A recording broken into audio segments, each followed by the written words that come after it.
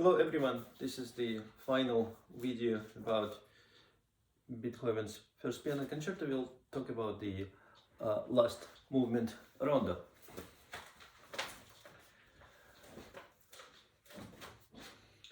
I'll play a little bit.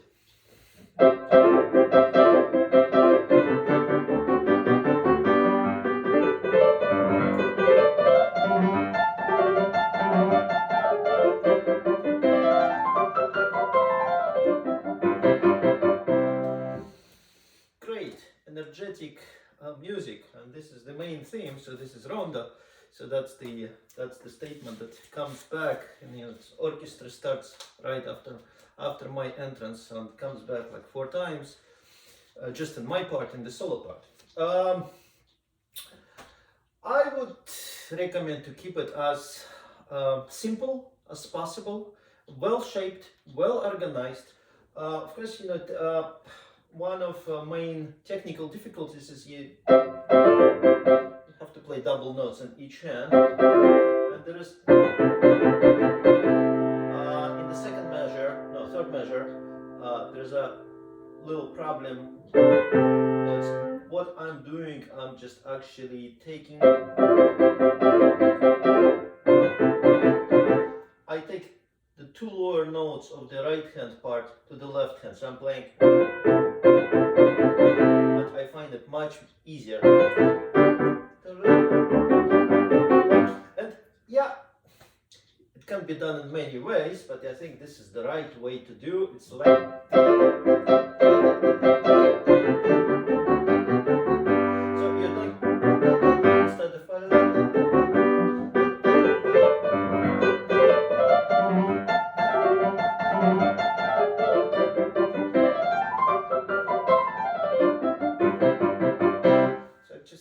Gives that enormous energy at the very beginning, and enormous joy of this music. After the orchestra is repeating my statement, solo continues with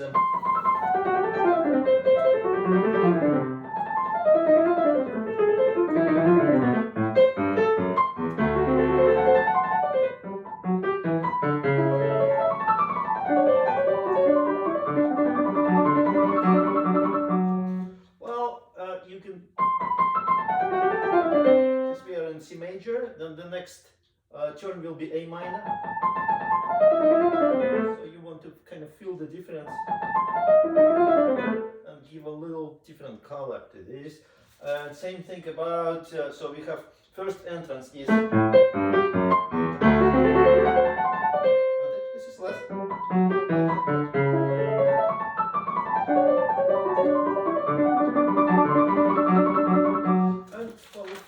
Because you want to know exactly where the orchestra is entering. So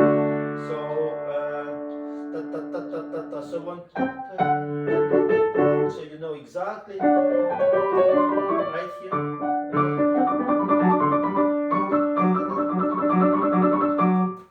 Then orchestra. It's like those spicy sforzandi.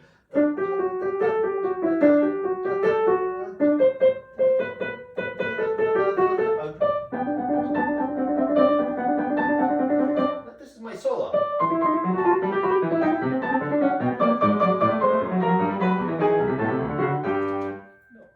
Open, and it's a, well, I don't want to say straightforward music, but it's that music filled with energy and joy and excitement. You just want to practice, and you want to make sure that hands are cooperating, and this is easy, but left hand is more difficult.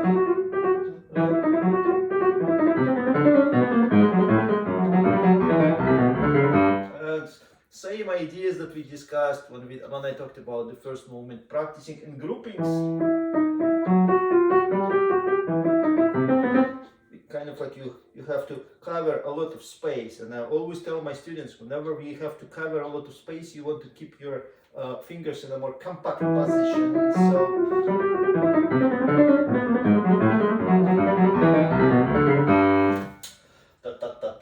And we're going, it's a short orchestra. This is a beautiful would say there's like a lot of folkish in this music. You know, of course, it's great and sophisticated music, but you know that simplicity comes from folk singing, folk dancing. So.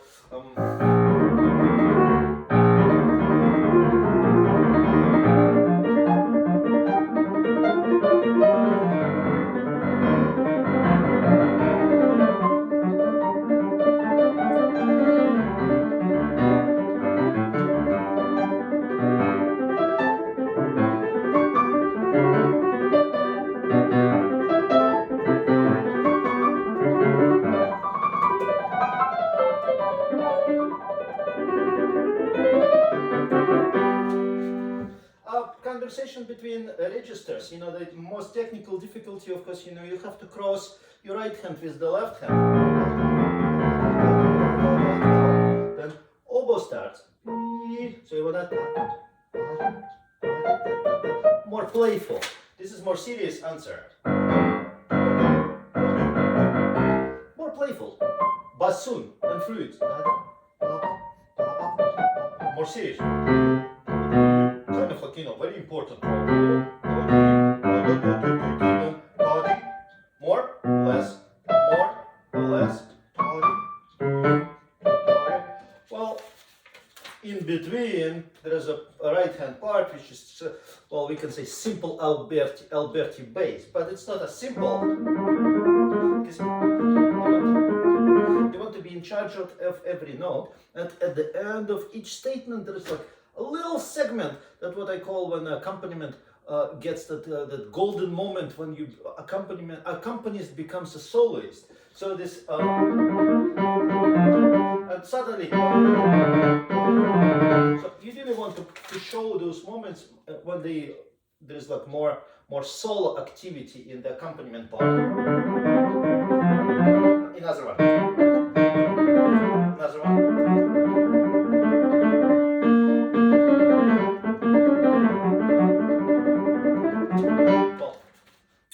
Technical approach is like it's same idea, practicing and groupings.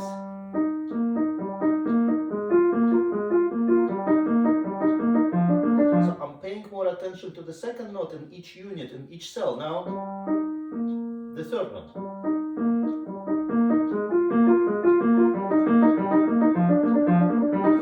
But of course, when you practice accompaniment, you want to feel what's happening in the melody. Now the fourth one.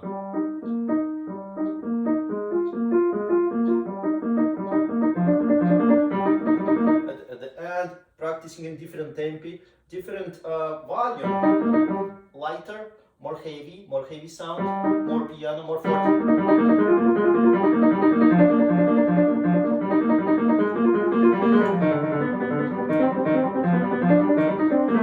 So you really want to make sure that that line inside is like the engine of this music, and it does not stay. It doesn't slow you down. So you want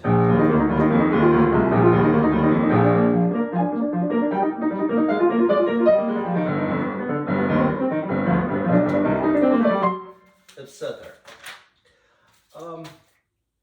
The next little segment, we're moving to a minor. I would not recommend many people play like this. I don't know. I think it's minor, so you want to be more sensitive and more lyrical.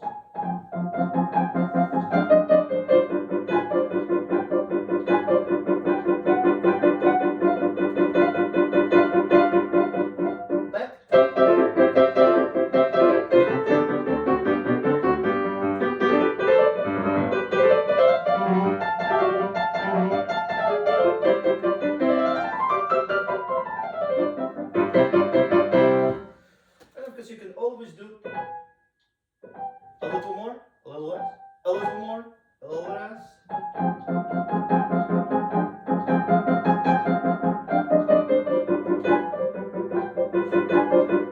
Keep it playful and keep it sensitive.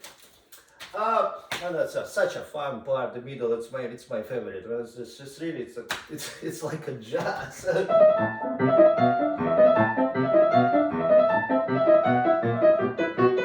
There's so much fun here.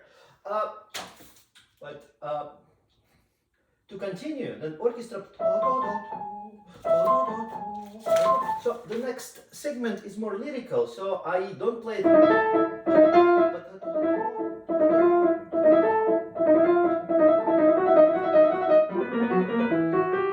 And we have a interlude, piano interlude, and it's imitation of woodwinds. So this is what you want to do. You want to really work on the voicing and kind of feel.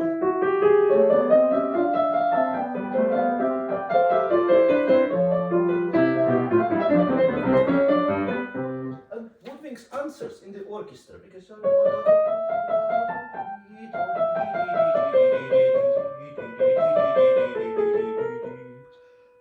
Two turns, and then piano starts.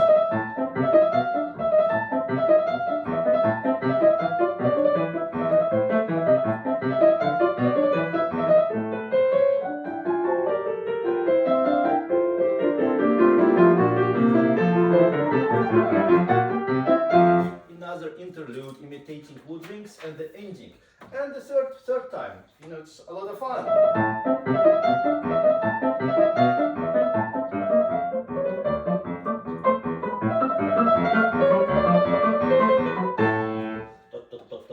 The orchestra is also conversation between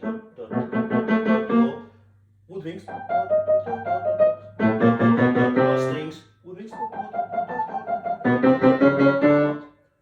Same thing, I would like to take a little extra time. I don't want just the orchestra is not present. You can do things. Just a little spice, a little kind of like a hiccup.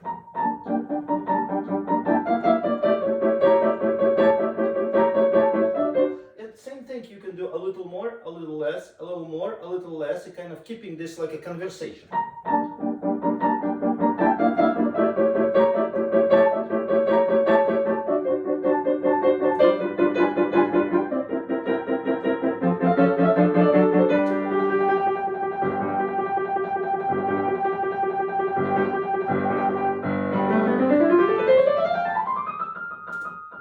And the theme is back.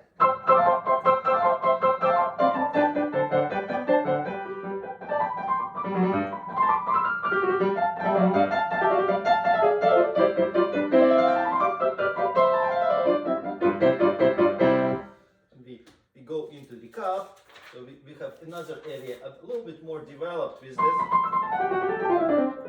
It's a conversation, C major. Actually, it's technically challenging because you want to be in charge of every note. So it requires a lot of precision in the fingers work, and also just watch out what's happening with your wrist. And you want to feel how the orchestra is doing, because the orchestra is doing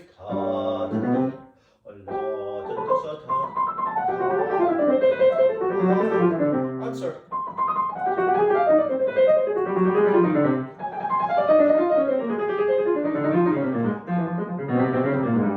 A little solo. So you can take your time a little. 3 entrances. Second.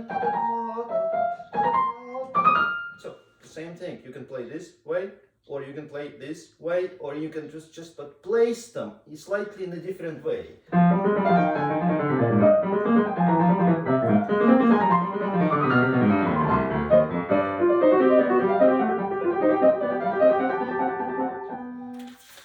One more time, this theme return.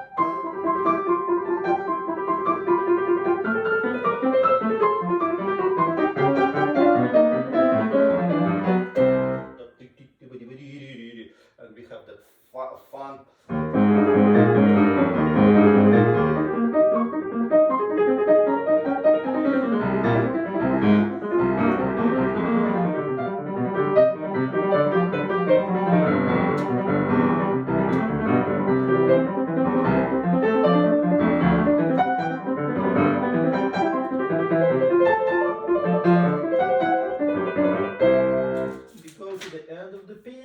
After the orchestra presentation, there's a little solo cadenza. Just use your pen. Well, I I change. In the score, it's written. Well, it's not like I'm lazy, but I just take the lower notes of the right hand part to the left hand, and it's really easy. And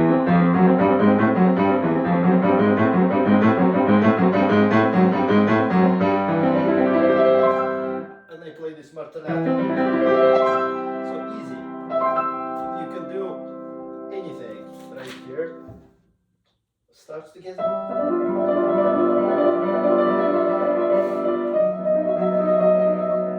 The last time.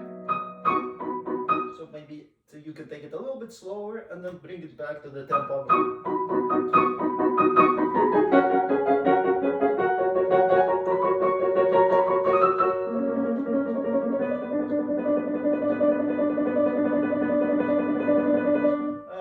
You want to listen what the orchestra is playing. The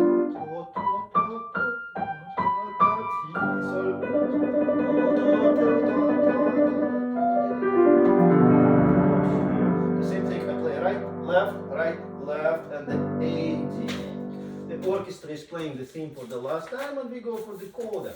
So, conversation between the orchestra and the piano. Piano starts. Same thing. I always say to all my students, don't play exactly the same way. So this is a C major scale. The next one is not C major. It's actually C major, but from D, so it sounds like a mode. Same thing. But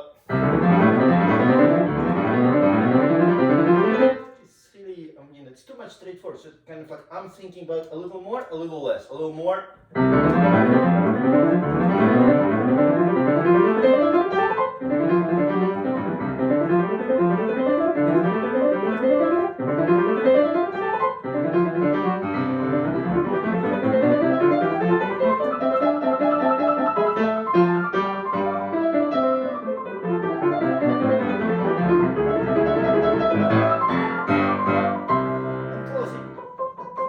Answer. Question. Orchestra is not playing, so you can take your time.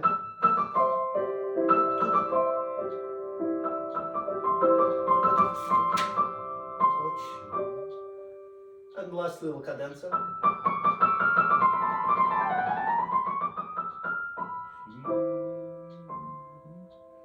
And it's all the orchestra at the end. My job is done. It's a fantastic piece. I had so much time playing this with orchestra. You can watch my performance. And I think it went well. I was glad with that kind of like a general character and energy that I was able to present. And I missed a few notes, but it's really okay, because we are now in performance. We just concerned so much about just playing 100% to be 100% clean, and just we forget about musicality, excitement. How to keep it emotional. And I think this is, for me, this is much more important. Of course, it's not like I'm not trying to be as clean as possible, but yes, but on the stage, sometimes and to be honest, I'm not a concert pianist. I'm a piano professor, and I love what I do. I love my teaching. I love my students, but also I think it's very important for any good teacher to be in shape and to keep learning new things and keep exploring new things and learning every day, making your personal discoveries when you practice. It's just really keeps you in a shape, and it keeps you can always feel good about sitting at a second piano and show anything. It just, it keeps me I feel comfortable, and that's the reason I always like, and I always try to be in a good shape. So, well, I hope you enjoyed watching this video. This great music, and thank you for joining me, and enjoy Beethoven. Beethoven is fantastic. Thank you so much. Bye to everyone.